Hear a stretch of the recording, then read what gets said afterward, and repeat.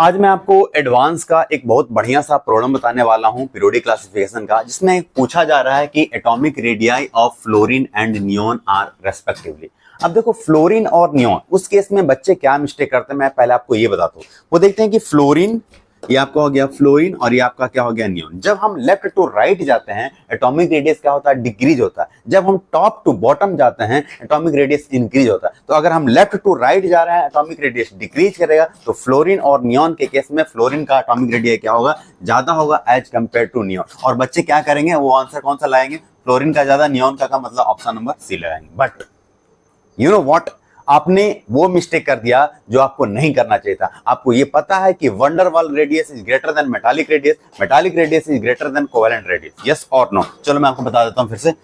ये आपका वंडरवाल, ये आपका है मेटालिक और ये आपका क्या है, covalent radius. Van der Waals radius greater than होता है metallic radius, metallic radius greater than होता है कोवेलेंट रेडियस, कोवेलेंट रेडियस। और आप इसको अगर और अच्छे से याद करना ना, हमेशा के लिए आप ऐसे याद करना, VMC मतलब क्या, VMC मतलब विद्या मंदिर क्लासेस।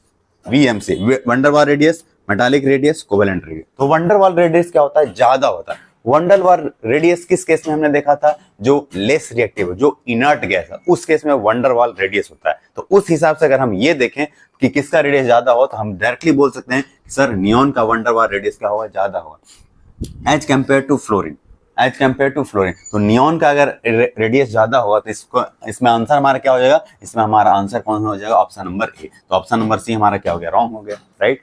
अब आपके माइंड में आएगा कि सर क्या ये केस हमेशा होता है, तो देखो मैं वो भी आपको बता देता हूं। देखो जैसे अगर हम बात करते हैं हाइड्रोजन और हीलियम, तो हाइड्रोजन और हीलियम में अगर देखें तो हाइड्रोजन का एटॉमिक रेडियस क्या होता है, ज्यादा होता है एज कंपेयर टू हीलियम, ठीक है। हाइड्रोजन और हीलियम में देखेंगे तो हाइड्रोजन का साइज क्या होगा, ज्यादा होगा एज कंपेयर टू हीलियम। अब हम थोड़ा और इनर्ट गैस के बारे में बात करते हैं, लाइक फ्लोरीन देखते हैं, साथ में नियोन देखते हैं। फ्लोरीन के नीचे क्या आता है, क्लोरीन, क्लोरीन के नीचे ब्रोमीन, ब्रोमीन के नीचे आयोडीन, यहाँ पे बोलो नियोन, आर्गन, क्रिप्टॉन, जेनो, ठीक है।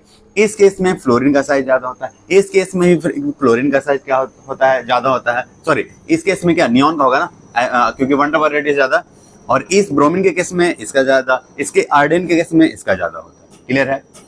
तो आप अच्छे तरीके से याद कर लीजिएगा कि कौन से केस में वंडरवाल रेडियस ज्यादा होता है और कौन से केस में वंडरवाल रेडियस कम होता है। क्योंकि देखो यहाँ पे मैंने भी मिस्टेक कर दिया, तो आइए मिस्टेक आपसे भी हो सकता है, ठीक है। चलो मिलते हैं अगली वीडियो में।